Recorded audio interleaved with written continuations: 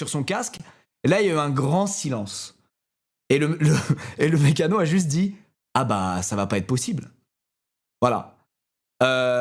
Et c'était après le premier match Kings League d'ailleurs de la saison.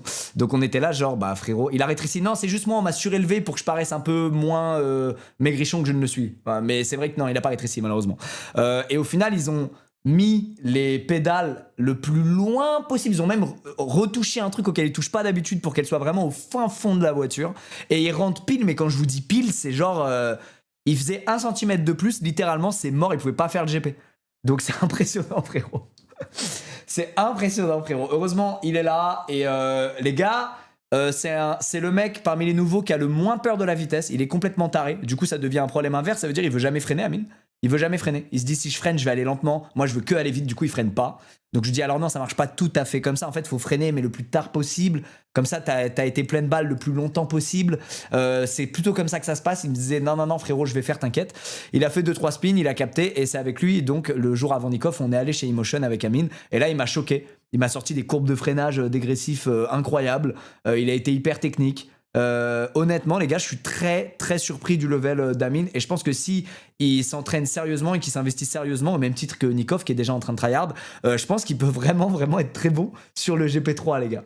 Voilà, il manque une 12e écurie. Vous avez raison, cette 12e écurie c'était une écurie américaine avec des noms que vous connaissez certainement et qui malheureusement a été annulée il y a 4 jours pour des raisons bien à eux. Donc cette écurie, à ce jour, je suis full honnête avec vous, elle est vacante quoi. Alors moi je trouve ça cool qu'il y ait 2 écuries américaines, je vais vous montrer pourquoi après. Mais à ce jour, il n'y a pas de 12e écurie. Alors je vois aussi plein de noms de gens qui ne le font pas. Sachez que c'est pas qu'on les a pas invités, c'est aussi que les gens ont des plannings et des envies. Et des fois, ils n'ont pas envie de s'investir dans un projet comme le GP qui demande quand même un gros investissement. D'ailleurs, merci à tous les gens que je viens de présenter de participer et de consacrer autant de temps à eux cette année dans les entraînements pour obtenir la licence. C'est aussi une charge mentale de ouf de faire ça. C'est aussi beaucoup d'appréhension. Ils y vont. Donc, merci beaucoup à tous mes amis créateurs de France et d'ailleurs qui participent à ce GP. Et donc, oui, je vois des gens. GMK, il rentre pas dans la voiture. Je te le dis direct. GMK rentre pas dans la voiture. Je vois des gens qui parlent de Lena, de Inox, de Michou. Voilà, les gars. C'est pas forcément des gens à qui on n'a pas proposé. Faut juste accepter que c'est pas une aventure qui dit à tout le monde. Et c'est normal, parce que c'est une aventure qui est très engageante et qui prend beaucoup de temps et qui met beaucoup de pression. Voilà, les gars. Alors.